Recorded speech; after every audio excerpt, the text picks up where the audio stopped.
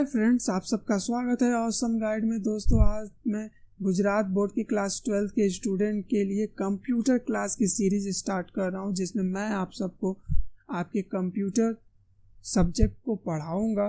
तो दोस्तों, शुरू करते हैं वीडियो को। दोस्तों, जो आपका पहला चैप्टर है वो है creating HTML form using composer.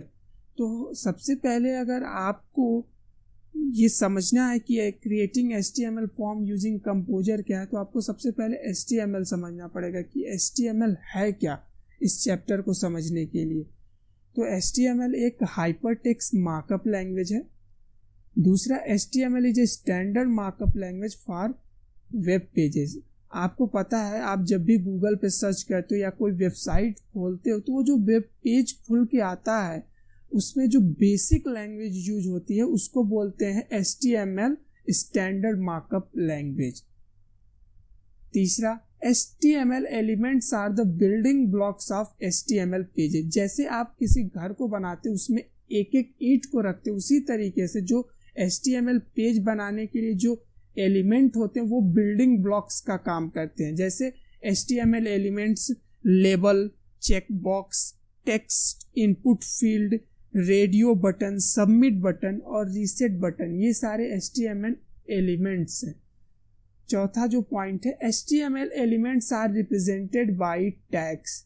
जब भी एंगल ब्रैकेट या एंगल ब्रैकेट ओपनिंग में हो या एंगल ब्रैकेट क्लोजिंग के बीच में अगर कुछ भी लिखा है, जैसे HTML है, हेड है, टाइटल है, बॉडी है, इस तरह का कुछ भी लिखा है, तो आप समझ जाइए कि ये HTML का टैग्स है। आप देख सकते हैं यहाँ पे मैंने एक एग्जांपल बेसिक HTML का एक कोडिंग मैंने लिखा है। आप देख सकते हैं यहाँ पे HTML जो एक एंगल ब्रैकेट के अंदर लिखा हुआ है, ये जब एंगल ब्रैकेट के अंदर होगा तो ये टैग कहलाएगा। सबसे पहले आपको HTML की जो बेसिक कोडिंग वो समझना होगा कि जो HTML का कोडिंग स्टार्ट होता है वो हमेशा HTML टैग से स्टार्ट होता है और HTML क्लोजिंग टैग से खत्म होता है। उसके बीच में HTML स्टार्टिंग टैग और क्लोजिंग टैग के बीच में क्या आता है, हमारा हेड आता है, टाइटल आता है हेड के अंदर, फिर उसके बाद हेड के बाहर बॉडी आता है। तो जो हमारा HTML के जो बेसिक बिल्डिंग ब्लॉक्स कोडिंग है उसके अंदर आपको HTML, हेड, बॉडी, यह तीन चीजों का होना जरूरी है। अब हम आगे देखते हैं दोस्तों। अब आता है HTML फॉर्म्स और फॉर्म्स इन HTML। ये दोनों चीजें एक ही हैं। अगर HTML फॉर्म्स दिया हुआ है या फॉर्म्स इन HTML दिया हुआ है तो आप ये घबराइएगा मतलब ये दूसरी चीज है, ये एक ही चीज है। तो हम देखते हैं, forms in the HTML is container used to collect different kinds of input from the user.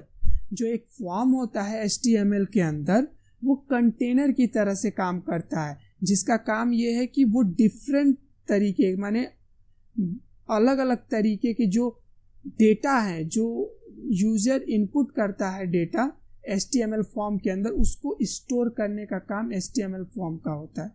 दूसरी पॉइंट क्या है, HTML forms contain element like label, checkbox, text input field, radio button, submit button, reset button and many more. मैंने आपको पहले ही बताया था कि जो HTML के एलिमेंट होते हैं वो लेबल होते हैं, चेकबॉक्स होता है, टेक्स्ट फील्ड होता है, रेडियो बटन होता है, सबमिट बटन होता है और भी बहुत सारे चीजें होती हैं। तीसरी चीज HTML फॉर्म के अंदर क्या है, these element are used to enter data as well as validate the data within the form.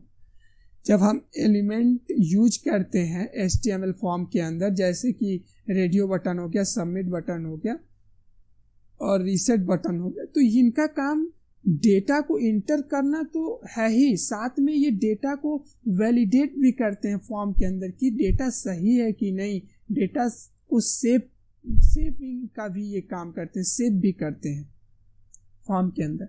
चौथा पॉइंट क्या है, we will create a simple form to enter the data using HTML tag. जब हम HTML form बनाते हैं तो जो हम डेटा को जब सिंपल तरीके से हम अगर स्टोर करना चाहते हैं डेटा या इंटर करना चाहते हैं तो हम HTML टैग के ही जरिए कर सकते हैं, हम कोई और टैग नहीं यूज कर सकते हैं। अब आप देख सकते हैं the element use to create HTML form. ऐसे कौन से एलिमेंट हैं जो HTML फॉर्म्स को बनाते हैं? तो पहला खुद फॉर्म्स है, दूसरा input, text area, select and option.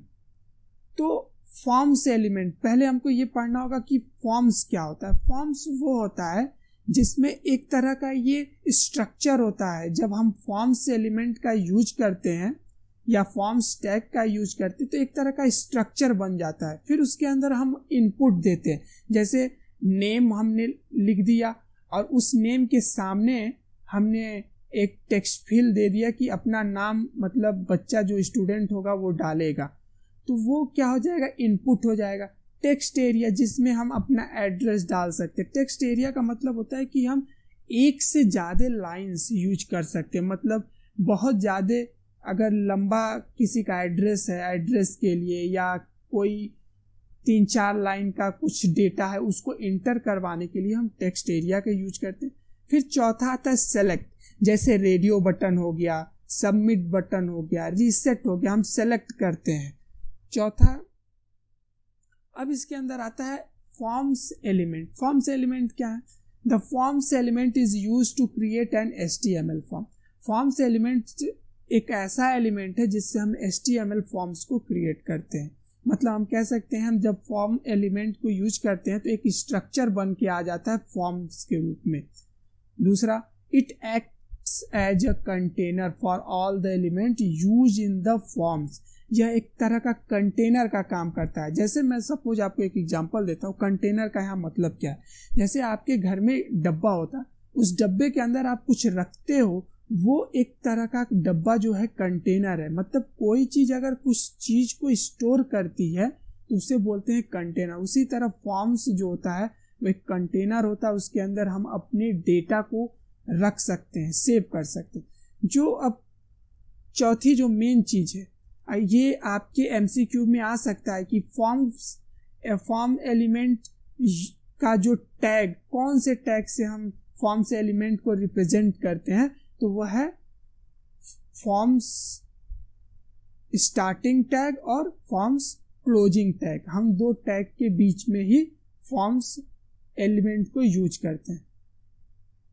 अब आपको मैं एक सिंपल सा एग्जांपल दिखा रहा हूं। देखिए यहाँ पे लिखा हुआ है, एंगल ब्रैकेट ओपनिंग है, उसके अंदर लिखा हुआ है forms action equal to double inverted comma के अंदर है register.html। ये जो register.html है ये पेज का नाम है, ये पेज का नाम है। ये मेथड है, मेथड में क्या है, पोस्ट। मैं आगे बताऊंगा कि एक्शन और मेथड क्या होता है और ये पोस्ट क्या होता है। फिर उसके अंदर आप इनपुट एलिमेंट, यहाँ पे आप क्या डाल सकते हो, यहाँ पे आप रेडियो बटन डाल सकते हो, लेबल डाल सकते हो, टेक्स्ट फील्ड डाल सकते हो, आप टेक्स्ट एरिया डाल सकते हो, कुछ भी डाल सकते हो जो एलिमेंट होते हैं फॉर्म्स के। और फिर उसके बाद आप फॉर्म्स को क्लोज कर देते हो, क्लोजिंग टैग लगा के फॉर्म्स के। अब आता है observe that the forms element use two attributes. हम कैसे एट्रीब्यूट्स का यूज करके फॉर्म्स एलिमेंट को पहचाने। तो आपने यहाँ पे देखा था एग्जाम्पल में एक्शन और मेथड, तो ये चीज, इसको हम बोलते हैं एट्रीब्यूट। फॉर्म्स के जो एट्रीब्यूट्स हैं, कैसे हम उस एट्रीब्यूट्स को पहचाने और कैसे उसका यूज करें HTML फॉर्म्स के अंदर। तो पहला आता है एट्रीब्यूट जो है एलिमेंट्स का, HTML एलिमेंट्स का, वो है एक्शन, दूसरा है मेथड। तो एक्शन क्यों यूज होता है? Action is use to specify where to send the form data when the form is submitted. Action का हम यूज इसलिए करते हैं जब हमें अपने फॉर्म के अंदर, जो हम जैसे मान लो हमने एक फॉर्म बनाया जिसके अंदर नाम है, क्लास है, आप किस क्लास में पढ़ते हो, कौन सा आपका स्कूल का नाम है, ये आप जब इंटर करते हो उस फॉर्म के अंदर, तो वो डेटा कहाँ सबमिट करना है। एक्शन का काम बस इतना है कि जो डेटा फॉर्म्स के अंदर डाल रहे हो उसे कहाँ पे सबमिट करना है।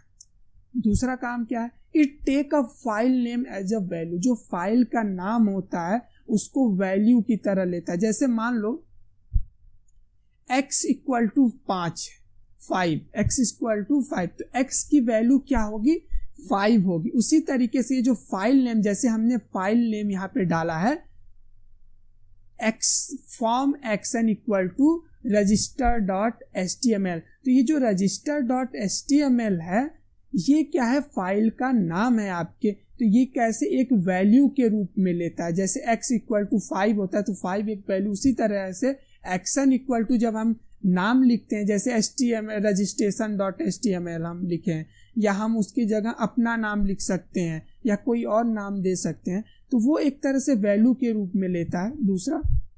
तीसरा क्या है, this file is open when the user click on the submit button after filling the data in the form. ये कह रहा है कि ये फाइल जो आपने सबमिट किया है वो तभी यूजर ओपन कर सकता है जब वो सबमिट बटन को क्लिक करेगा। कब, जब वो फॉर्म को भर के सबमिट बटन को क्लिक करेगा तो उसकी जो डेटा है वो ओपन हो जाएगी फाइल। अब आता है method the method attribute specify the HTTP method to be used when the sending the data. देखिए एक्शन और मेथड में बहुत ही माइनर डिफरेंस। एक्शन का काम क्या है कि वो ये स्पेसिफाई करता है, मतलब आप कह सकते हैं एक पाथ स्पेसिफाई करता है कि डेटा फॉर्म का सेव कहाँ होगा और कहाँ उसे भेजना है। और मेथड का काम क्या है कि वो डेटा को सेंड करने के लिए बनाया गया। मतलब आपको मान लीजिए आपने फॉर्म के अंदर डेटा सेव कर दिया, अब वो डेटा किस प्रोटोकॉल, HTTP एक प्रोटोकॉल होता है, एक मेथड है कि उस मेथड की यूज करके हम कैसे डेटा को अपने भेज सकते हैं। तो मेथड में दो चीजें यूज होती है। आपको मैं एग्जांपल दिखाता हूँ। आप देख सकते हैं यहाँ पे मेथड में हमने क्या यूज किया है, पोस्ट यूज किया है। आखिर ये पोस्ट करता क्या है, तो अब हम यही देखेंगे। तो मेथड के अंदर दो चीजें होती है, पहला गेट और दूसरा होता है पोस्ट। मेथड क्या लेता है, दो तरीके की वैल्यू लेता है। It can take two values, get and post. तो अब गेट क्यों यूज होता है, get method retrieve the data from the forms and send it to the server by attaching it at the end of the URL। get का काम क्या है कि ये डेटा को रिट्राइव माने डेटा को फॉर्म से लेता है और इसे सेंड कर देता है सर्वर पे। जैसे मान लीजिए आप गूगल का पेज खोलते हैं और गूगल के अंदर टाइप करते हैं व्हाट इज कंप्यूटर, तो ये जो डेटा है इसको उसने फॉर्म से ले लिया और लेने के बाद जब आप सर्च पे क्लिक करते हो तो तुरंत वो सर्वर को क्या करता है, ट्रांसफर करता है और फिर वहां से डेटा को रिट्राइव करता है। इसी को बोलते हैं गेट। इसीलिए हम गेट का यूज करते हैं, गेट मेथड का यूज करते हैं। जब भी हमें डेटा सर्वर को देना हो और रिट्राइव करना हो तो हम गेट का यूज करते हैं, गेट मेथड का यूज करते हैं। आप देखिए यहाँ लिखा है गेट मेथड रिट्राइव्स द डेटा, माने गेट मेथड का हम इसलिए यूज करते हैं क्योंकि वो फॉर्म से डेटा को रिट्राइव करता है एंड और क्या उसका काम है, send it to the server, और सर्वर को वो सेंड करता है by attaching it at the end of the URL। कैसे सर्वर को सेंड करता है, जो URL मतलब आपने सुना होगा जैसे www.google.com है, तो ये जो google.com जब खत्म होता है तो इसके पीछे एक फाइल अटैच करता है और उस फाइल को सेंड करता है सर्वर को। This method allow only a limited amount of information to be send at a time.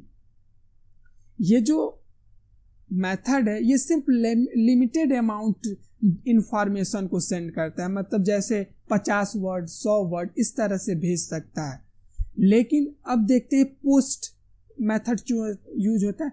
तो post method the data is send as a block through the HTTP transaction. जो post method का data है वो blocks के रूप में जाता है। जैसे मान लो कि माय नेम इज राम, तो ये एक ब्लॉक में जाएगा, मतलब एक ट्रांजेक्शन में माय नेम इज राम पूरा डेटा ट्रांसफर करता है। लेकिन जो आपका गेट है वो पूरा डेटा नहीं ट्रांसफर करता है, वो थोड़ा थोड़ा डेटा को ट्रांसफर करता है। इसमें दूसरा पॉइंट क्या है, the data is include in the body of the request. जो डेटा जो रहता है, पोस्ट जब मेथड हम यूज करते हैं HTML में, तो जो डेटा होता है वो किस में इंक्लूड होता है, बॉडी में। आपने यहाँ पे देखा है, ये देखिए आप, ये जो बॉडी है, इस बॉडी के अंदर डेटा स्टोर होता है पोस्ट मेथड में। This method does not have any restriction on the data length. आप इसमें कितना भी बड़ा डेटा आप इंसर्ट कर दें, इनपुट कर दें और उसे सेंड करें, इसमें कोई रिस्ट्रिक्शन नहीं होता। जितना बड़ा डेटा होगा वो छोटे छोटे ब्लॉक्स या एक ट्रांजेक्शन में, बड़े ट्रांजेक्शन में ये सेंड कर देता है। जो default value for method attribute क्या है, गेट। मतलब आप जब भी कोई सिंपल फॉर्म बनाते हो तो उसमें जो डिफॉल्ट मेथड एट्रीब्यूट आता है क्या आएगा, गेट आएगा। जैसे मैंने यहाँ पे डिफॉल्ट वैल्यू ना लेके क्या लिया है, पोस्ट लिया है। तो दोस्तों आज के लिए वीडियो में बस इतना ही। अगले पार्ट में मैं आपको बताऊंगा इनपुट एलिमेंट क्या होते हैं। तो दोस्तों अगर आपको ये वीडियो पसंद आया हो तो आप इसको लाइक करें, सब्सक्राइब करें और अपने दोस्तों के बीच में जरूर शेयर करें। दोस्तों धन्यवाद।